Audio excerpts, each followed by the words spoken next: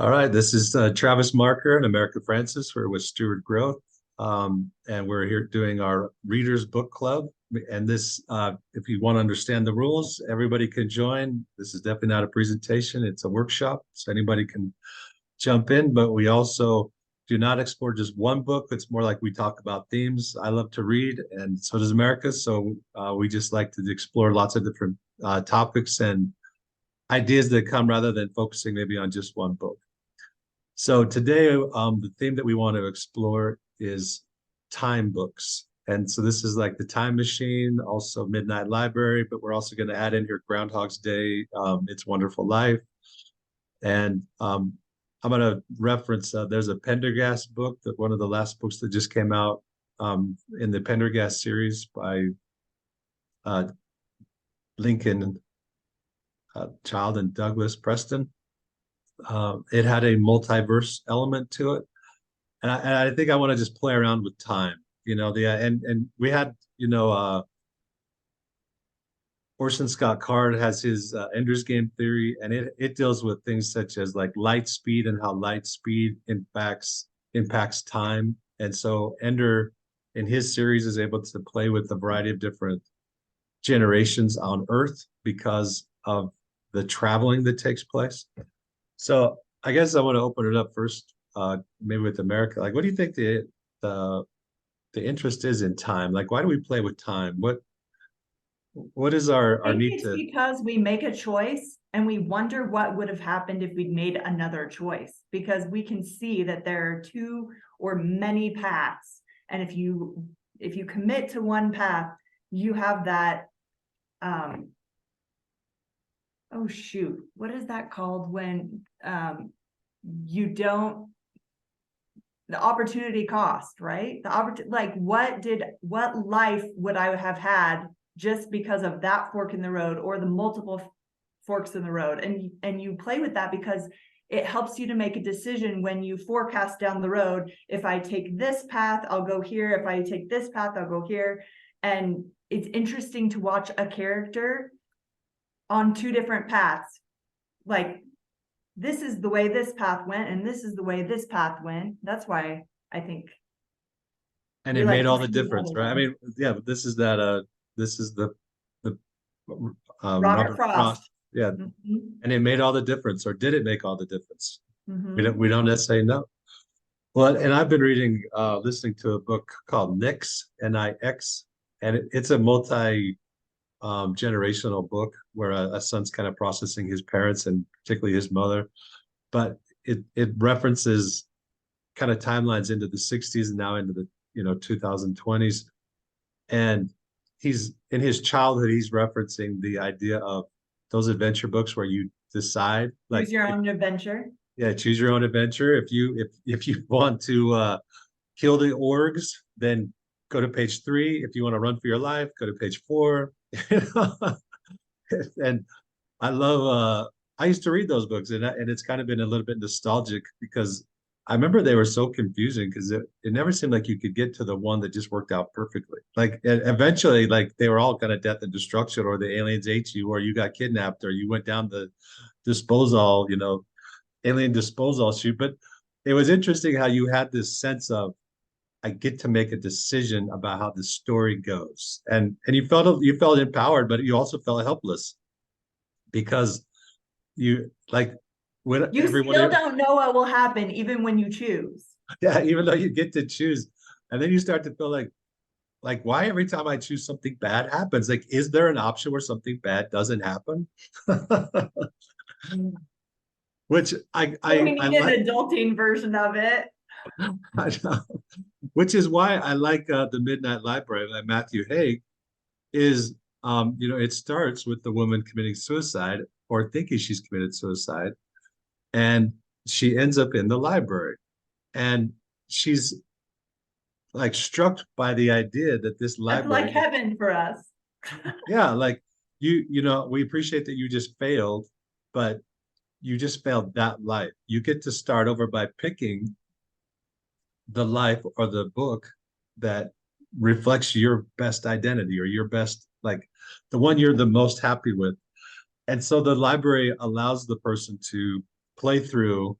a variety of choices. And so she'll say like, well, which is the one where I'm successful? Which is the one where I'm absolutely broke? Like, which is the one where I'm a rock star, you know? And yet they all exist. Like she could be a rock star. She could be like a billionaire. She could be. But And they all have different pros and cons. And we exactly. don't always know the cons of being the rock star and the billionaire. And then you live those and you say, oh, maybe that isn't the one that has the maximum contentment or peace or, good relationships or whatever. Yeah, correct. And that's ultimately what starts to happen in the book is she starts to refine herself. She starts to say, this is actually important to me. How do I make, choices that refine this importance so that I can gradually get to that it is important. Like it is something I want to celebrate. And I'll have to read it. yeah, I really like that. I like it was one of my favorite books. The idea, like I can't say that the whole book itself was just so powerfully written that I would like read it over and over again. But I really left the book thinking I like that I get to choose. And even though like I don't get to choose like over and over again like this person, I should like start my day like that. Like I should be more accountable for choosing. I should live more consciously of the choices I make. You have so much time left. You could just map out some of those and accomplish some of those types of things. Well, yeah, I think well all of us do, right? I mean, and I think that's the premise is that we can. Another thing I liked about the Midnight Library was it was the first one that started to build in quantum theory into the book, so that it wasn't we were dealing with just one timeline, like where with like H.G. Wells' The Time Machine, you went back to one timeline and you impacted the future by how you engaged in the past. Um, and the Pendergast book that I mentioned, and I think it's like Enoch Lane's Cabinets of Curiosity, something like this. It also addresses the multiverse that you don't get to go to one timeline because like immediately as soon as you make a choice, you've created a new timeline. Like every possible choice, every possible impact has just created a new time Did you differential. see the Loki series that had the different timelines? Oh, you might like to check that out. There's a Okay. Marvel thing there's a whole department of the timelines and they have police that track that. And I think you would like it. Okay, yeah, that'd be fun. What and I I know think you you don't might watch stuff, but for the idea merit of it, maybe you could yeah. check out some of it. Well, I Or do if you like wanted the comic books, I think it was comic books first. no, I think that's fun. I do like Tom Hiddleston. Like I think he's the thing that actually is the most impressive to him is that guy can dance. You should look up on YouTube and different places like Hiddleston dance because like that guy, it's amazing how fluid that guy is. He's I'm impressed by anyone who can dance. That is not a talent I have. yeah, I definitely am. I'm Don't not a ask very me to dance. I don't want like if you're on an island and you need someone with the skill of dancing, I am not the person to call. no, I'm more like the entertainment dancer. Like they're kind of like, oh, that's cute. He's trying it out. I dance with children, that's safe. Or like folk dancing where it's harder to mess up. Yeah, yeah. That's exactly me. I am definitely more the comic relief when I'm dancing. They're like, oh yeah, Dad's trying. It's cool. What about the idea of It's a Wonderful Life? How did because it's based on a short story. I have read the short story. I can't remember who it was written by, but it's definitely not as long as the movie, being a short story. But what about the sense of because I think that's written from the sense of impact, right? Like what impact is your life having on? So instead of dealing with quantum, it's more of the sense of we just want to show you what your choices did, how many different things they impact. I love that part of it. And I noticed that you talked about failing alive. And the thing that I like about It's a Wonderful Life is there's so much despair. And he's just like, I'm worthless. I should have just deleted myself. And they're like, oh, wait, no. And I'm sure they could have put more into a movie if it had been someone's real life. You could have gone on for a really long time with all of the the ways your choices impacted other people. Even when you see things as mistakes, it can impact someone for good. Yeah. Well, I think I've even tried this. I don't know if you've tried this. This is the idea of, if I had a wonderful life based upon today, did I impact anybody today? Like what did I do today that might have played a role in impacting a person's life? And how did that impact, where did it go? Like what happened? Like how far could I play that through? Like if I give a person legal advice that prevents them from engaging in frivolous lawsuit, or a lawsuit that's going to cost them, hundreds of thousands of dollars or millions, or even just 30 grand or 5,000 or $5, right? Like every one of those financial impacts takes away from something else, right? It creates a different stress, or it creates a different relief, or it creates a different, and so sometimes as I read those books, if I'm trying to just say, I wonder how today went. I think that's been an interesting experiment to see, what is my ripple? Like how did I play through today? Well, I set up my entire schedule to impact the most people for good. Like that's how I live my life, is how can I make this person's life better if for anyone I meet? And it's a really, I mean, obviously I am not meeting that expectation all the time, but I think about it quite a lot. Oh, that's good. I do not myself wake up and do that. I mean, But the way I did it was I said, what are the most important priorities to me? And then I set up a weekly schedule of recurring events, and those things met the criteria for those priorities. So I knew that if I went about my normal week, I was hitting those most important priorities. It actually got all wrecked up with COVID, but it was a really good system. yeah, that's good. Well, I think that, um, I think I do set my day in priorities, because I kind of know like what I got to accomplish. But I think that is an interesting idea to consider. If you're living your life with the intent to impact people, then that could be very interesting. Like to say like how many different people should I impact today? That could be an excellent daily goal, because then you definitely know you're playing into positive vibes, positive manifestation, like you're helping people achieve their stuff like every day. And that's Yeah, definitely cool. like how can I impact my spouse for good? How can I impact my children for good? How can I impact neighbors, friends, community, larger, national, international, whatever. And then I finally got to where I was focusing on my needs because I was like, I also am part of this picture, so I can help everyone, and also I can include myself in that list. Yeah, when I think if you say like I also need to be healthy to impact people, like it's not a problem to put yourself on the list. Like you actually should be on the list. I am responsible for taking care of me first. Yeah, you should be healthy. Yeah. But and even as I'm thinking about these time books, ultimately, A Christmas Carol is a time book, Yes. because it is not necessarily about a quantum time or the time machine, but it's definitely it's a wonderful life for him with three different visitors, right? Three different perspectives. There's the time from where you came from, there's your present time, and there's the time that could be if you stay on this course. It's looking at another level, and that's with some kind of a spiritual guide or whatever, like somebody, a third party that's helping you. But yeah, I think that is really good to do some type of meta where you pull yourself back and you look at your own life more objectively. Yeah. I I, Metacognitive. I love the idea of being able to live in that awareness of time. I think that's very cool. What would have been some of your favorite time books or time? I think you at one point mentioned Groundhog's Day. Like, what do we like about You Groundhog's love Groundhog's Day. Day? How do we what do we take away from Groundhog's Day that maybe is a little bit different than what we've been saying? Is it about Groundhog?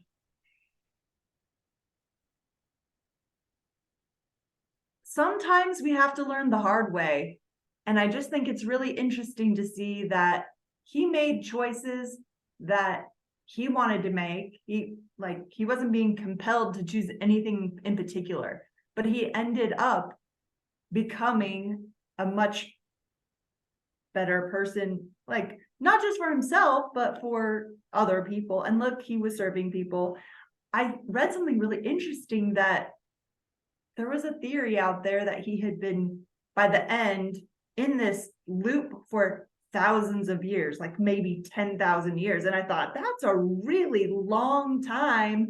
I would never have expected it would take that long. But by the time he got to the end, he basically compared himself to God and said, I know everything that will happen, everything. I know all the words, I know all the people, I know everything about everything.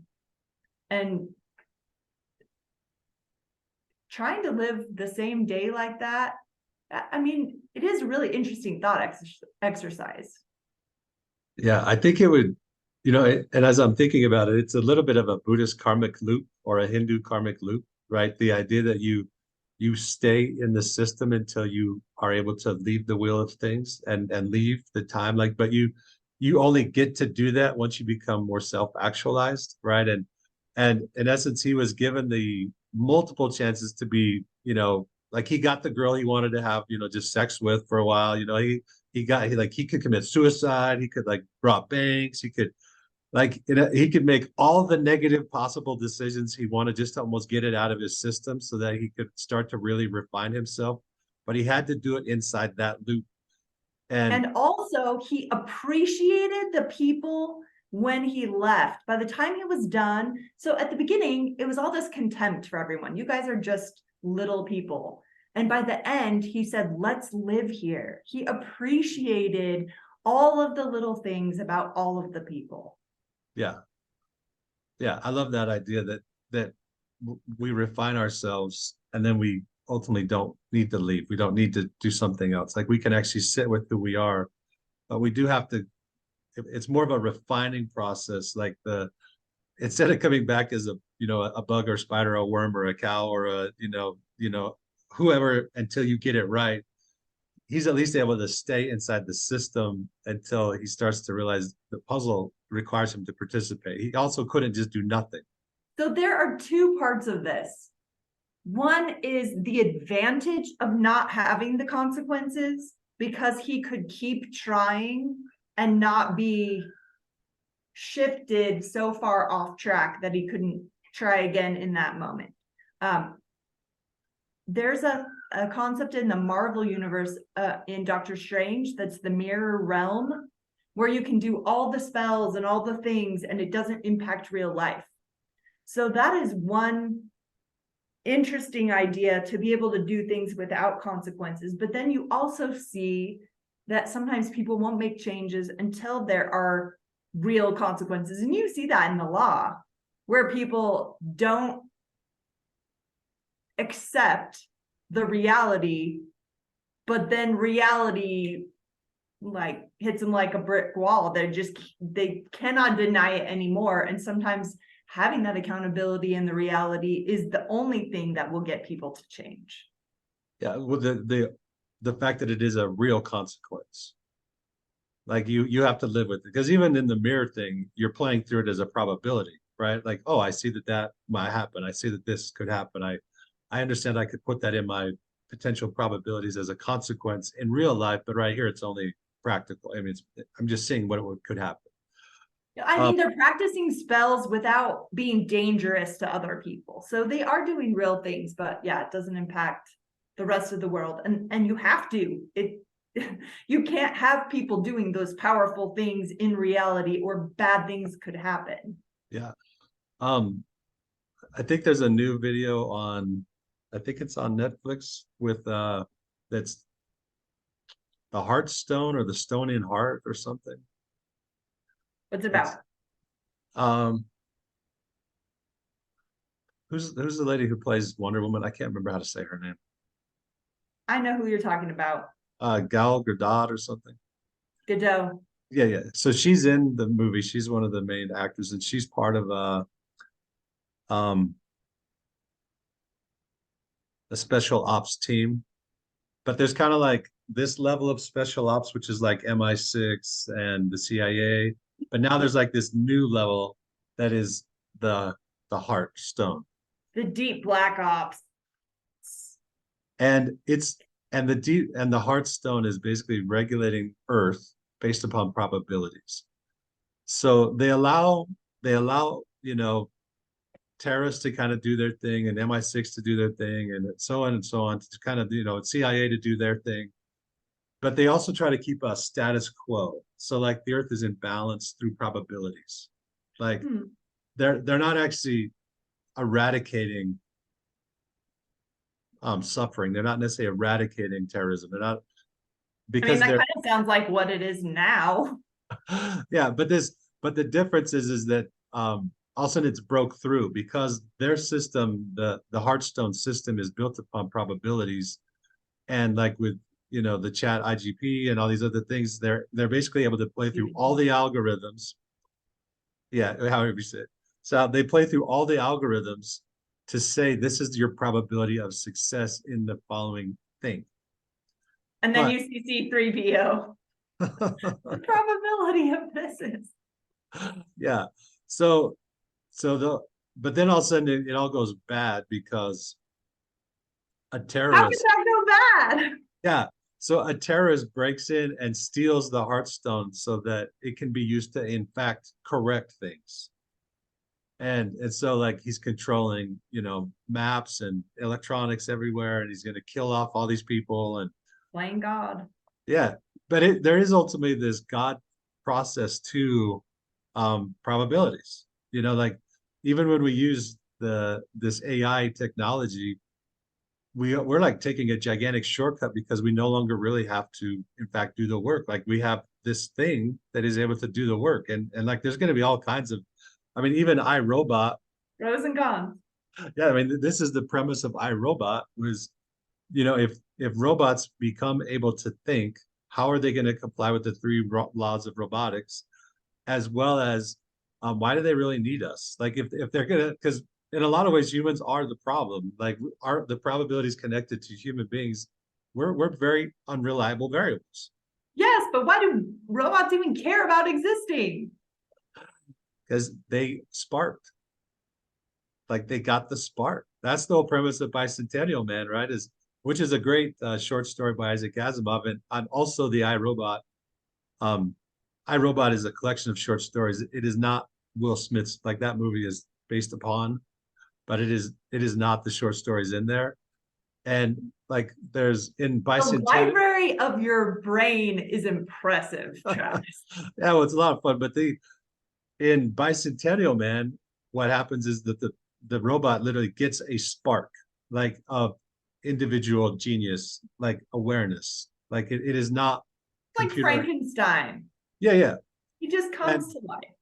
yeah, and he's very very human in nature, like very feeling in nature, very inquisitive in nature, and so there's a very valid question because after 200 years the robot has learned to build human parts for humans that allow humans to live 200 years. And he's also replaced his own mechanical parts with these biomechanical parts. That means like everybody is in essence at 200 years unplugged. Just some were born bio and some were born mechanical, but everybody's able to play this thing, right? And so it presents some interesting questions. Another thing happens in I think it's called Faith, is another one of I wrote I is Isaac Asimov's books or short stories inside the iRobot book. And the robots look at the humans and say, "You're not smart enough to have created us." And so we believe there's a higher power. And the humans are like, "There's not a higher power. Like, we created you." They're like, "But you're not smart enough to have created us." And he's like, "Well, in fact, I did create you." And it's But funny. maybe there's still a high power. Yeah, but then the interesting thing, the higher power inside the ship was the ship's core. And they're like, the ship's core did not create you. They're like, yeah, but it is more powerful than you. They're like, and then they start talking about the stars, like the stars outside are actually nuclear, little things. They're like, no, they're little dots out there. So it's funny how the paradigm surrounding these robots' intelligence is impacted by what they're able to process, which prevents a very interesting thing about ourselves, right? Because even time, as we're processing through our paradigms, relates to just where we're at, right? Like what we're able to see, what we're able to perceive, where our paradigm is currently at in relation to a lot of variety of things, right? What a good topic. I don't know, I like time. I do like science fiction. I think it presents some very interesting questions, and I think Isaac Asimov does a really good job. It's also the question that comes up in Kurt Vonnegut's Slaughterhouse-Five, right? Is Slaughterhouse-Five? I'm not sure if I've read that one, but I Okay, do well, want to make a point that there is a science case that time can be impacted by the speed of light. Like, could be a real thing. no, I think that's actually, isn't it basically proven?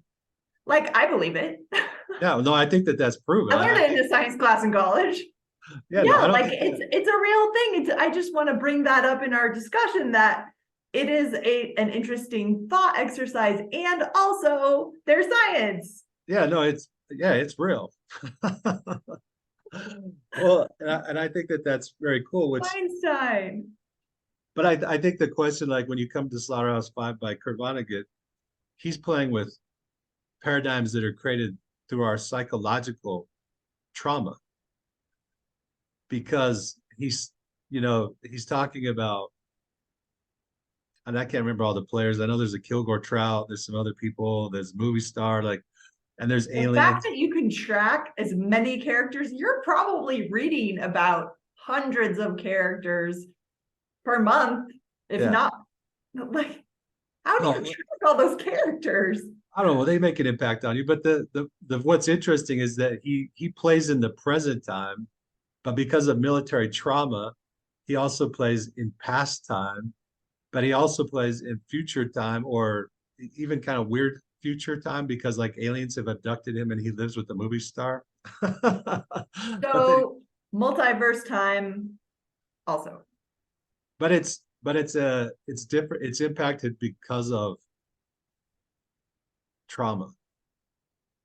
It's like, I mean, there could also be drugs, like psychedelics and stuff like that. I don't know that that was, but it's the idea of how do we deal with reality after we come from trauma, from war, from extreme things, like what is happening now. Like there was that movie in the 90s where Robin Williams is the painter. That movie in the 90s, like I'm gonna pull it out of that. Well, I'm trying to remember Movies from the 90s. and oh man, I cannot remember it, but I can't remember the title, but his wife dies of suicide. And Okay. Robin Williams has to go into this kind of like trauma paradigm to rescue his wife out of her darkness. I do know that one. What dreams may Yeah, come. yeah, what dreams may come. Yeah, but that's another interesting idea on time and the things that are impacting us through mental health issues, through through Mm. through those type of paradigms. Okay. What about 12 Monkeys? Do you remember that? I don't think it doesn't ring a bell. Well, this one's a little bit different because I think it's science fiction, but Bruce Willis is in it, and also Brad Pitt. And Well, my movie is mostly the PG-13 realm unless I've seen it edited. oh, well, So this I would probably have not seen all of the movies that I could have seen. oh yeah, that's okay. But I think that was PG-13, but it was in the 90s also. But I was around in the 90s. I know, but Bruce Willis has to go back in time to save the world from a contagion that's going to be released upon the world.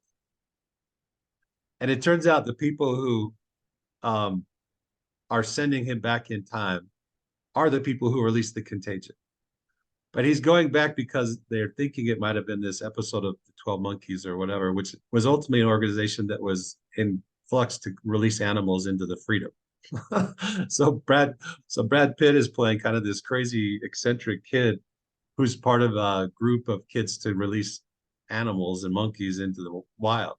You know what'd be fun? Having one of these that was us doing commentary on a movie while we were watching it, like one of those. Yeah, that could be interesting. We could then pause it and say, "Hey, this is like throw me back into whatever." And I don't know who would watch this stuff, but I think it'd be fun to do it. Yeah, well, and I think that this brings up, like I mentioned, Brad Pitt, which makes me think of another book, Benjamin Button. You know, the guy born old who goes backwards in Yep. time. And what are your thoughts on like what is the idea? Like, what is happening in that transition? Like, what's the relevance of that Button story?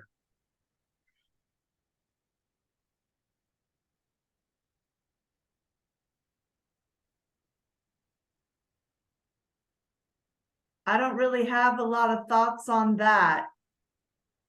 Well, I think I mean, I know that if we look at the idea of babies are fairly vulnerable, old people are fairly vulnerable, and there is this kind of transition that does act like an hourglass, or you know, the sands of time.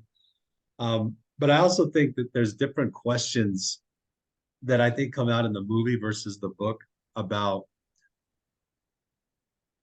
why do we treat sometimes the situation so differently, right? Like if a baby is, you know, there's questions about life and saving life, and you know how much effort we're putting into saving a newborn baby, as well as how much effort we're putting into saving an elderly person. And again, I'm not saying that they shouldn't be saved, but there is good questions about the energies that are in there, but also the experiences that are happening, the vulnerability that's happening, the care that we give over a baby that maybe we don't necessarily always provide to our elderly. You know, the I think it's not quite a hypocrisy because we have a different paradigm about a baby versus an elderly person. But But should we? yeah, should we? Yeah, is there hypocrisy there? Is there a are there different questions about that? But oftentimes the elderly person also has presented life experiences and scripts and context and trauma or peace. Or like maybe there's reasons to be super gracious to one, and there's, you know, where a baby just comes out and we should just be gracious. Where the elderly were like, yeah, but you were a jerk. or like, but or sometimes they become totally different once they become in, you know, the senility or dementia or Alzheimer's. Like they were very peaceful people and now they are jerks, you know, or now they are violent, or now they are, you know, or they're super like uninhibited, you know, like they actually. But I think that time paradigm comes out with some interesting questions in that book. Those are interesting questions, Yeah. What especially when we're getting to that period in our lives where people are starting to get older in our very close circle, right? Like aunts and uncles, parents, and you've seen other people care for their parents and grandparents, but it starts to get more real and you start getting physical symptoms yourself. And you're like, how are my children going to treat me when I'm in that spot? And as you go along in your life, your different perspectives they change. Definitely. Absolutely. So do you have any other books that are coming to your mind in this the time paradigm spectrum? Books. Well, I Uh, told you I don't read a lot of fiction, actually. yeah. Well, what about it I was reminds reading a lot of dystopian, like teenage dystopia, when my daughter was heavy into that. It wasn't a lot of time stuff. I used to read a lot of time stuff when I was a kid, maybe middle school, high yeah. school. What about the book? What about on cloning and multiplicity? I think there's that was the movie. Oh, those are fascinating, aren't they? Yeah, because the question of Brandon Sanderson plays around with this, I believe, in the Mistborn series. I But actually also, haven't read that, but I have a lot of siblings that have read them all. yeah, there's that sense of I can't remember exactly which book it was, but the idea that the next clone gets everything up to the point that you were cloned, so that the question of memory storage and you know, memory um, passing on memories, or how useful memories are, so they would try to preserve people. I'm really interested in the whole idea that one of these days I'll remember everything, like everything that happened before, everything that happened when I was a kid, everything that happened on any particular day, because I have difficulty sometimes. I store a lot of like useful information. Like I retrieve a lot of things that I might not even expect to retrieve, but there are a lot of memories that I don't have access to anymore. And sometimes I would like to be able to use those memories. Yeah, well, Makes and me that really comes up in hopeful. that definitely comes up in the Harry Potter series where they're able to retrieve their memories and put them Oh in yeah. the In the sieve. the basin, yeah, and then they can go in and actually experience them. And Yeah. sometimes as I think about that, I'm like, this is almost outlandish that they would be this vivid, and they could be modified, or because coming from the perspective of witness testimony or witnesses and eyewitness testimony, even the most good faith, I like, can't even believe they have witness testimony anymore. It's so unreliable. All of the data is like witness testimony is garbage. yeah, I mean, that is the testimony that, and particularly depending on the nature of the trauma involved in creating the memory. Like if, Even recent memories, even like the next day, people get stuff wrong.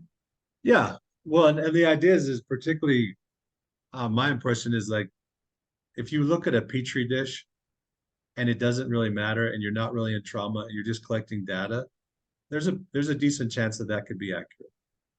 But if you're taking a snapshot as the petri dish explodes or whatever, like, as something surprising has happened, yeah, you're surprisingly unreliable because you're just trying to make a picture. You're trying to create a memory. And so you By use the all the time you data. talk to the police, it's already scrambled eggs. Yeah. So I agree. But yet people still want to be reliable, right? I mean, and there's a lot of books that are written now, and you can look up in the book catalog, unreliable narrator.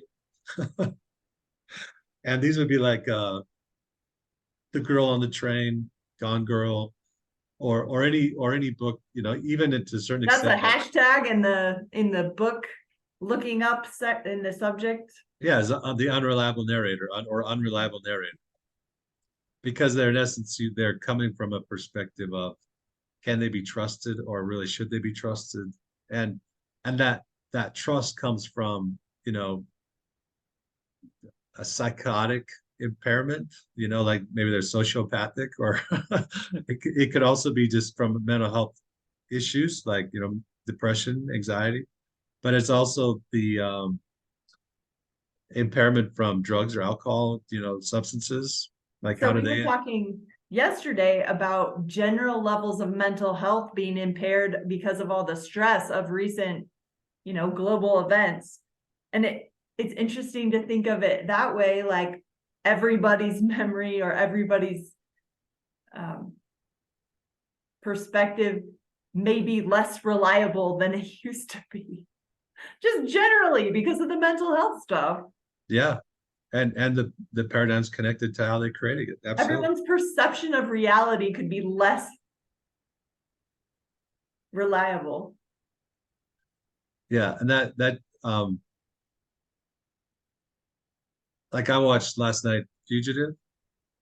That's a good one. Yeah, Harrison Ford, and he solves a lot of his pieces of the puzzle by going back to his impressions of the event happening, like when he's taking on the murderer, and he's trying to recall very specific information from those events, like what type of prosthetic the guy has on his arm, what, you know and but the idea that he's recalling this information in such a specific way is a really nice idea, but it's actually, you're kind of like, I wonder if that's actually as possible as he might think. But it is potentially possible depending on your ability to focus on this.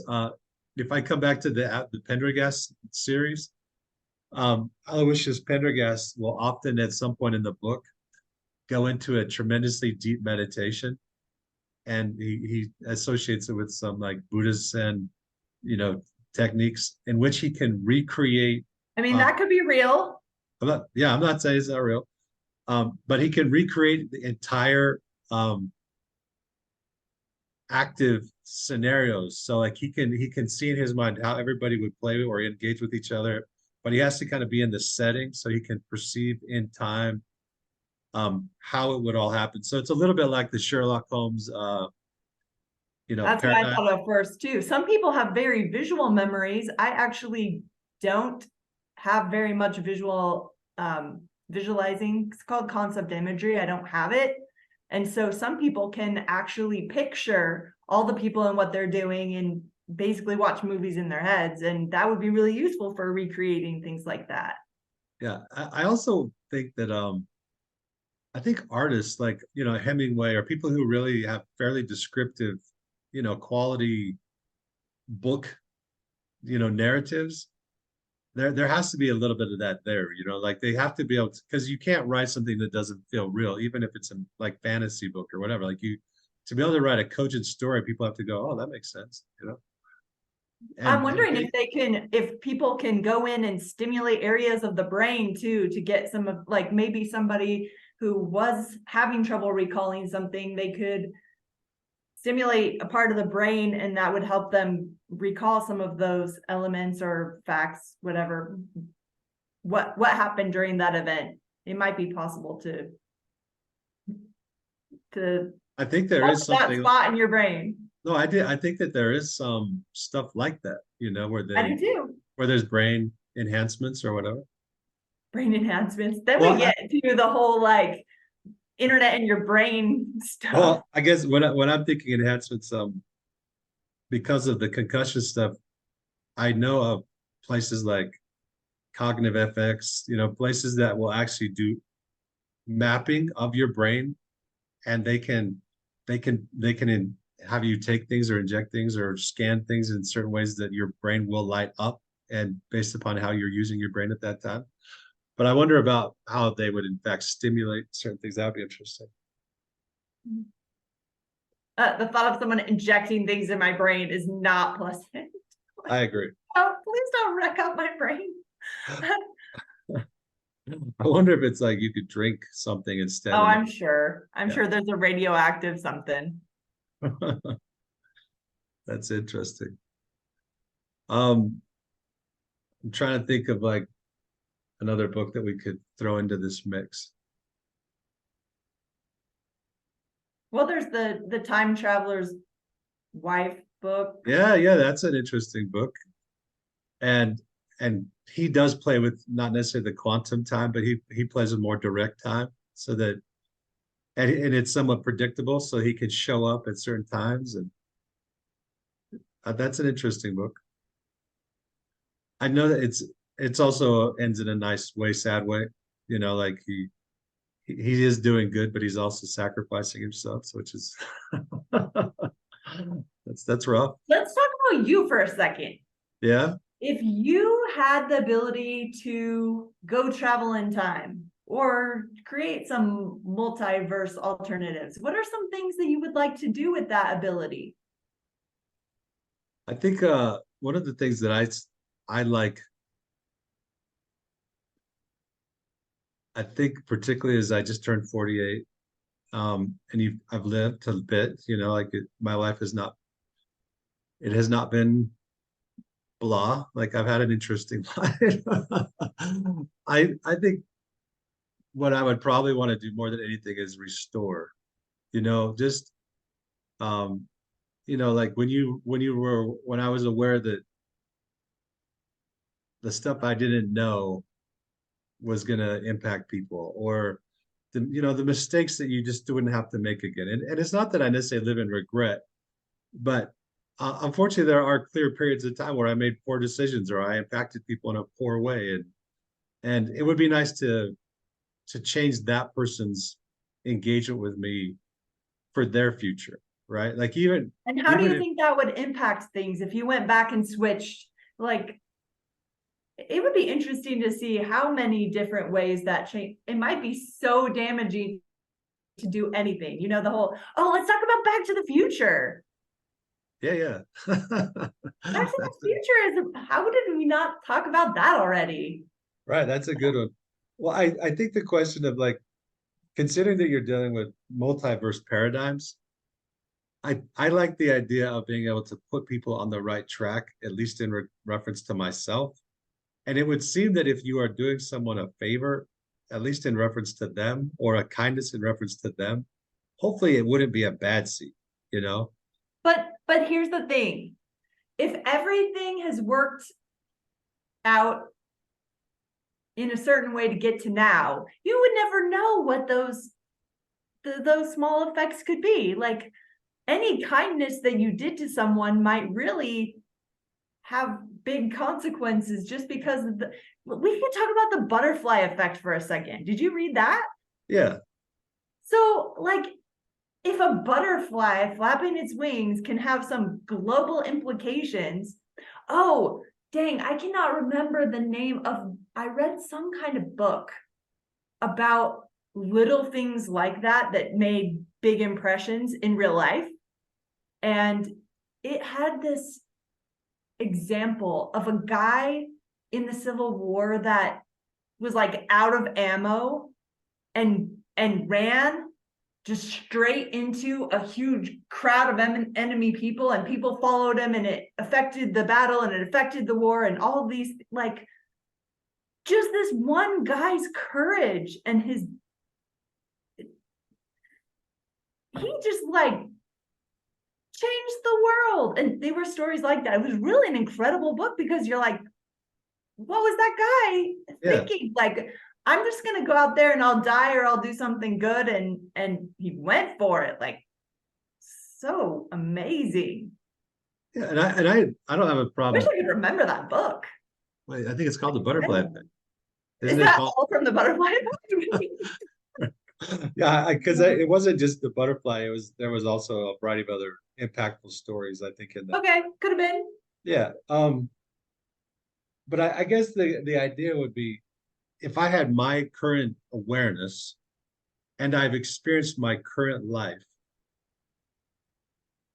that you might go back and prevent a lot of my life from happening. Like maybe if I did, a certain thing differently, maybe I don't have my kids. I mean that would be Well, super I sad. mean, painful things you would want to eliminate, and painful things can be some of the best lessons. Yeah, and like if I lost my kids, like that would be hard, right? I mean, like if that was It part wouldn't of be my worth it. No matter what happened, it wouldn't be worth it. If you lost your kids, I well, I guess what you'd have to say is in this paradigm, I had my kids, right? So I did experience having my kids. As soon as I create a new paradigm, I'm creating a new experience anyway. okay. If I created if It's I like family, the Family Man. Did you read that one or watch that one? yeah, yeah. Okay. And yeah, so he goes back and makes the choice to have a family. Yeah, Yeah. that's a good choice. One. Yeah. But I guess there's this question of if you might like if me having kids caused somebody pain, that was pretty indefinite, horrible pain, like for a long time. Because I've already enjoyed my kids, I might realize it might be better to make a different decision. Like I mean, if you could weigh it, if you could in fact see it clearly. Sure, sure. I mean, that Yeah, would be fascinating too if you could weigh all your choices like that. If you could just be yeah, like, what is the right choice? I have 5 choices, which one's the best one? And then just make the right one all the time. Wouldn't that be handy? And then yeah, when you say, if I could go back and switch it, I'm also wondering if there are things today that if you identify those past things that you would like to restore, maybe today you could still restore some of those things. Maybe right. you So could that go back now and yeah, say, I impacted that person, and what can I still do that might make that person's life better? Even if you can't go back and change what happened before, maybe you can do something and kind of karmically right that. yeah. So like if like in the Midnight Library, if you can refine the focus so that you keep everything you want while making different decisions, it would be quite phenomenal. And I would definitely do that. Like I would try to keep my kids absolutely. But I'm sure they're glad to know that. yeah, I'm also aware that there are certain issues of pain that were caused because I made choices that went that direction, right? Like I wouldn't trade my kids, but I am aware that I've impacted people in different ways because of those decisions. Well, I'm just wondering, you'd probably go back and say no head injury, and I never would have met you, and we wouldn't even have this Yeah, conversation. it So, would it would it would definitely be tough to say like would I choose to not get in the car? I mean yeah. that's super tough because I've definitely Probably benefited. one of the top things you'd be like, nope, switching that one off. Yeah, but if I could also take everything I already know back to that spot as I'm restoring, then So I you would get not. the advantages of all of the head injury, and you also get to go back into the timeline and Yeah, and refine the line like that. I would definitely choose to refine the line for sure yeah, with my current information. yeah. So, and I think that that's somewhat of the point with Back to the Future, right? Is that when he goes back and realizes helping his dad be a man might make all the difference in his life, right? Like his dad has to punch Biff in the face, right? And it makes all the difference. Like that was pretty impactful. So it's cool the way you can go back and forth with the time machine, because your perspective continues to change, but then you're like, and I can go here and I can go here, and like I can change things in the past, I can change things in the future. Yeah, I think it's an interesting because to the extent that you can, I mean, there is like then you come back to the Ebenezer Scrooge, right?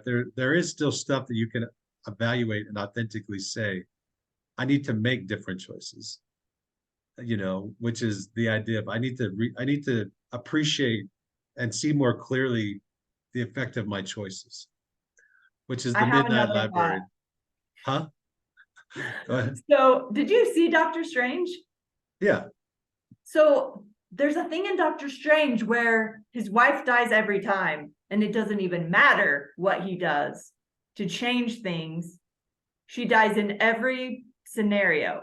Oh wait, I don't think I've seen that. Which I saw the Marvel one. He didn't get married. Oh, I mean, girlfriend, fiance, whatever, like Oh, partner, oh, okay, significant other, right? Person okay. he cares about so much. She dies. Spoiler, everyone, she dies. And then he tries to go back and make things so she doesn't die. Or maybe, I don't even know, maybe it's a different movie I'm thinking of. Maybe it's Spider-Man or somebody. There's a character, and he Okay. tries and tries and tries and tries. And no matter how he tries to save this person, she dies because it's that time. It's the right time. She's dying. And that is an event that doesn't move. You can switch things ahead and behind. She's going to die no matter what. Yeah. And I think that then this comes again to the book that we almost always mention, right? Loving what is. Like, how do Dude, we? we should just call this entire series of classes how you can apply loving what is to your life. Yeah, it's a great book. But I also think that it helps you embrace time, like that rather than We live in a time scenario. Yeah. absolutely. Well, I think that brings us to the top of the hour. So I think this has been fun and eventful, and I again appreciate that we've been able to explore this.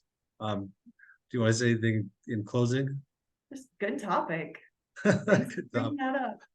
Yeah, tomorrow will be strategic manifestation, which is also a fairly lively workshop, and so anybody's Yes, welcome to it is. join that one. Um, we're grateful. Check out our website, stewardgrowth.com. Also, there's a Facebook page by the same name, Instagram page, and our YouTube page, Steward Growth. And you can see this video as well as other videos on there. But we hope that you'll tune in. In fact, you could even present classes like this. We would love to tell you how. Yeah, absolutely. All right. Have a good one. Bye.